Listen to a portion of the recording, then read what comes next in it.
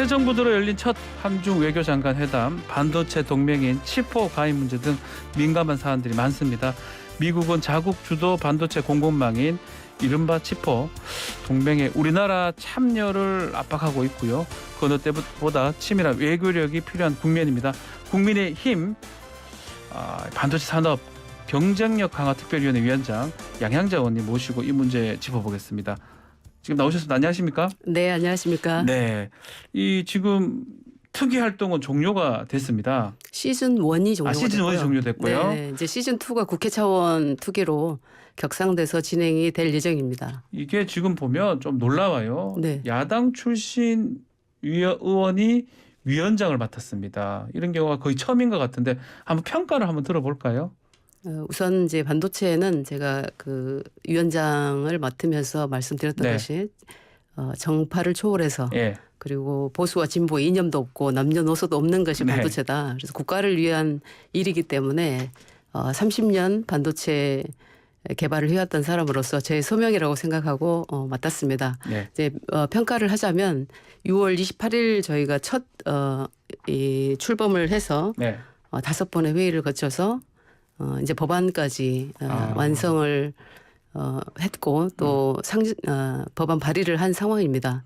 이제 근데 지금부터가 이제 시작이라고 생각을 하고요. 네. 이제 법안 발의를 했지만 앞으로 국회 차원의 특위로 격상을 해서 진행을 해야만 시즌 1에서 법안이 완성됐다면 시즌 2에서는 이제 법안에 따른 예산 우리가 그 한정된 재원을 제대로 써야 하기 때문에 그 부분에 있어서 국회의 역할이 중요하다고 생각을 합니다. 네. 이번 그 시즌 1에서 제가 위원장을 맡았지만 그 국민의힘 의원님들께서 정말 열심히 뛰어주셨습니다. 부위원장이 송석준 의원님이시고 네. 간사가 김영식 의원님이십니다. 예. 그렇습니다. 그리고 양금희 의원님, 또 조명희 의원님, 윤주경 의원님 이렇게 이공계 출신들로 다 그러네요. 그러고 예, 보니까. 네, 그렇게 위원들로 예. 해주셔서 정말 열심히 뛰어주셨습니다. 그리고 전례가 없고 선례가 없었는데 그 정치사에서 처음으로 이 새로운 이 선례를 만들었다고 생각을 합니다.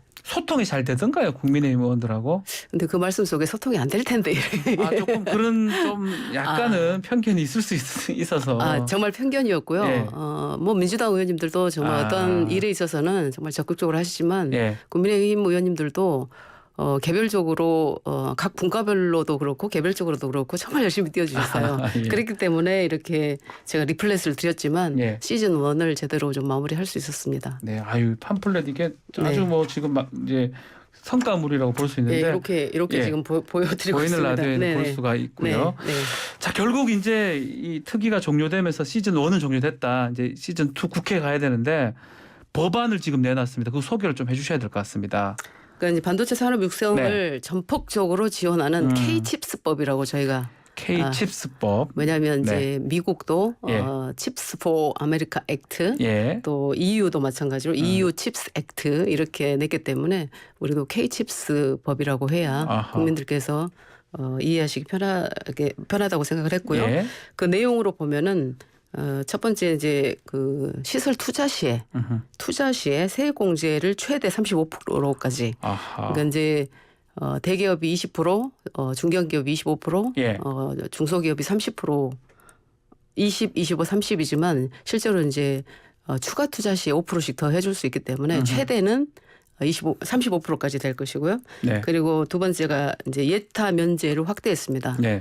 그리고 세 번째가 이제 교원 겸직 허용 또 임용 자격을 완화했습니다. 왜냐하면 우리가 인재 육성을 위해서 지금 가장 문제로 대두되고 있는 것이 가르칠 사람이 없다. 그렇죠. 예. 그래서 교수 자격을 좀 완화를 해서 실제로 그 산업에서 경력이 정말 역량과 경력이 있으신 분들은 우리가 교수로 임용을 해서 인재 육성에 큰 역할을 해 주십사 그런 부탁이고요. 네. 이번에 K-칩스법은 패키지법입니다. 패키지요? 첫 번째가 이제 예. 국가 첨단 전략 산업법이고요. 그리고 두 번째가 조세 특례 제한법인데 이 우리 그 용인 반도체 클러스터도 보시면 알겠지만 이 전략 산업 특화 단지를 조성할 때 이게 조성하고 지정하고 이제 나중에 그게 마무리될 때까지 전혀 문제가 없어야 되는데 그렇죠. 지금 아시겠지만 여주시의 그 용수 문제 때문에 그렇죠. 이게 첫삽도 못 두고 예. 있는 이런 문제가 상황이 있어요, 되고 지금. 있습니다. 네. 그리고 근데 예비 타당성 조사도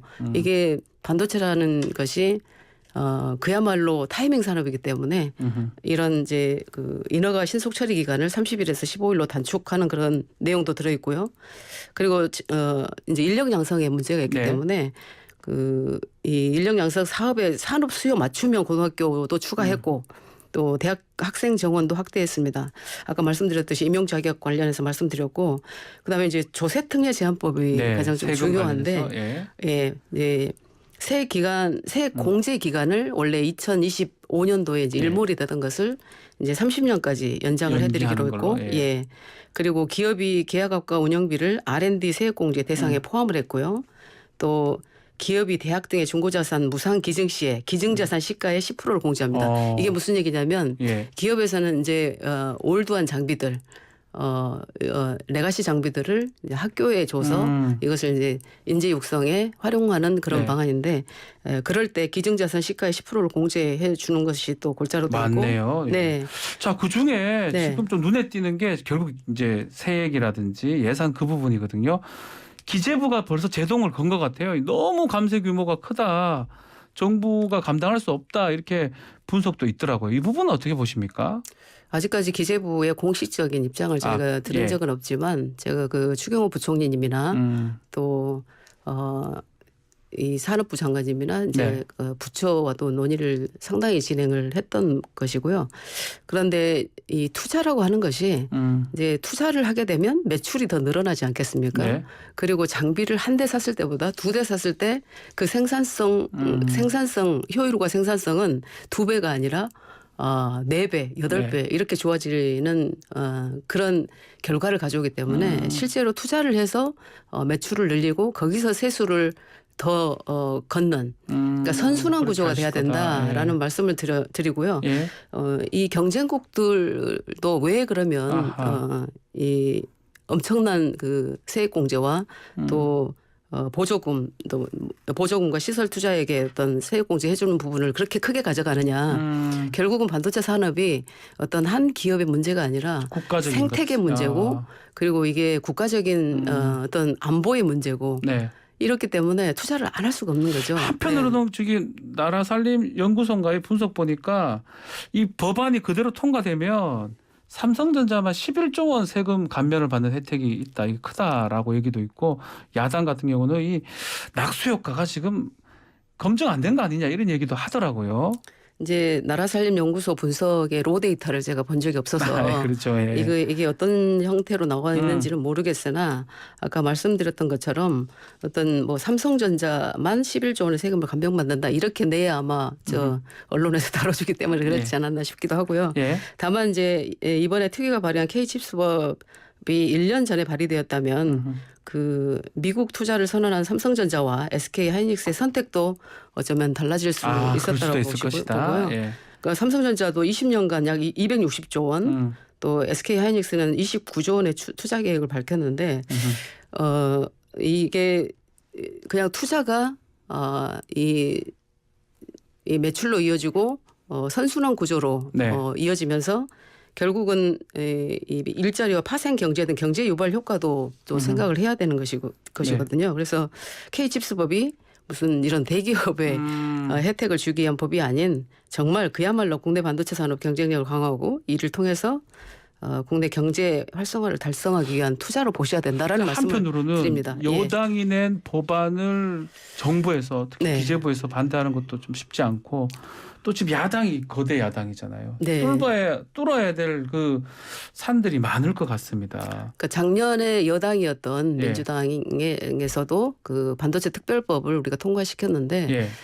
이런 국가적인 정말 중요한 일에는 초당적인 힘을 합해 주시더라고요. 그리고 기재부는 저는 기재부의 역할은 이 지금 재정 건전성 예, 그렇죠. 또 이런 세수가 얼마나 이게 될 것인가 이런 디테일한 어떤 추계를 해내고 그야말로 국가 재정 운영에 있어서는 기재부의 역할이라고 보여집니다. 예. 그래서 앞으로 이제 법안 발의가 됐기 때문에 법안 심사 과정을 통해서 조금 더 면밀하게 우리가 재정 건전성이나 이런 국가적 차원에서 좀 들여다봐야 된다라는 것은 남은 과제입니다. 그래서 네. 국회 특위가 빨리 돼야 된다. 예. 알겠습니다. 격상돼서 진행이 돼야 됩니다. 자, 네. 반도체 이슈가 여기에 머무는 게 아닙니다. 지금 한중 외교장관 회담에도 핵심이 되고 있고 이른바 치포가 네. 뭐 미국, 대만, 일본, 우리 한국까지 이 치포에 미국 주도 반도체 공급망에 우리가 들어가냐 마냐.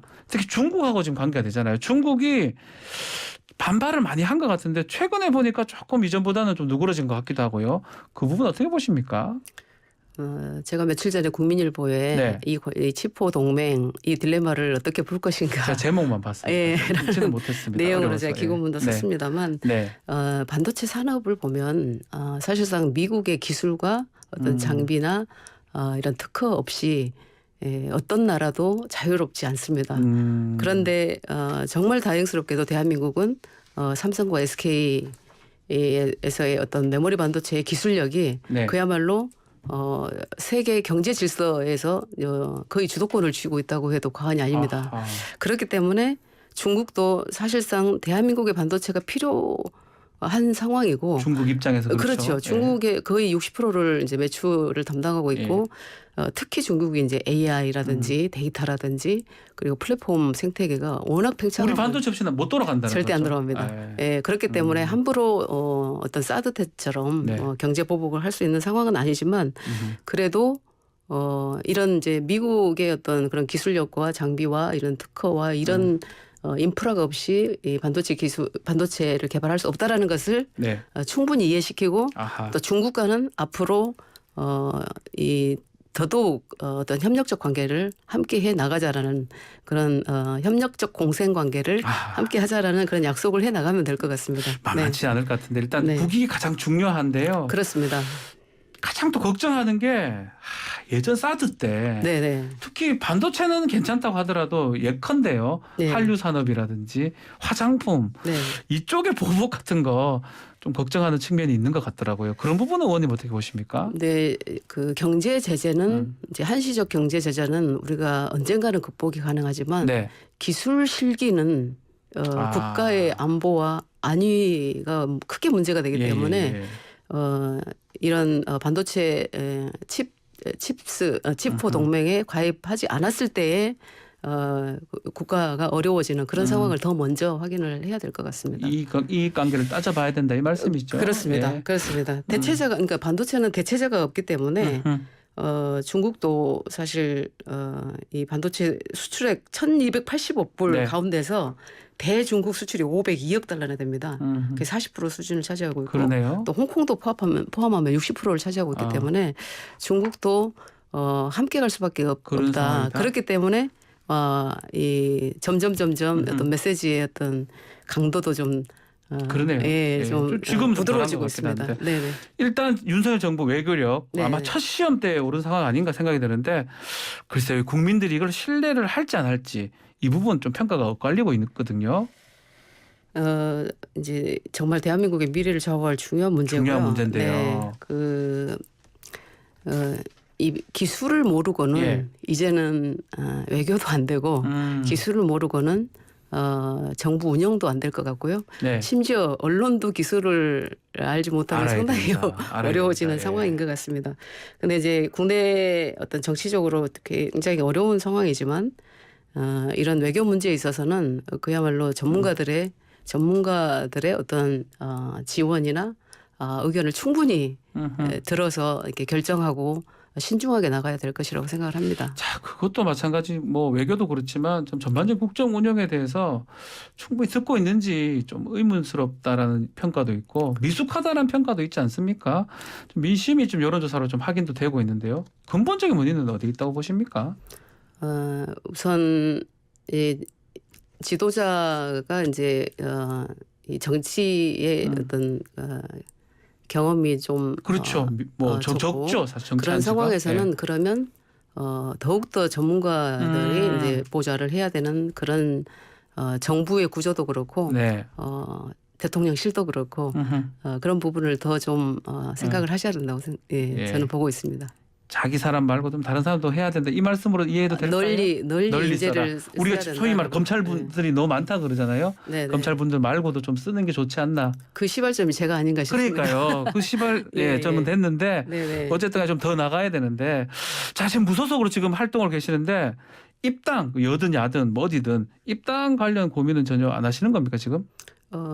고민은 전혀 안 하고 있고요. 이제 왜냐하면 지금 여야를 통틀어서 이렇게 중립지대에서 해야 할 일들이 많음에도 불구하고 그런 역할이 저한테 주어졌기 때문에 한 분이에요. 300 국회의원 중에 지금 한 분이 그걸 네. 하고 있어요. 지금. 그리고 이제 이 네. 중요한 반도체에 있어서 말씀하신 것처럼 300명의 국회의원 중에 유일하게 제가 이제 그런 경험과 네. 또 최고 경력이 있기 전문가시죠. 때문에 네. 이런 일에 있어서 저의 소명이라고 생각을 합니다. 그래서 혹시 이런 국민의힘에서 입당 제의는 없었습니까?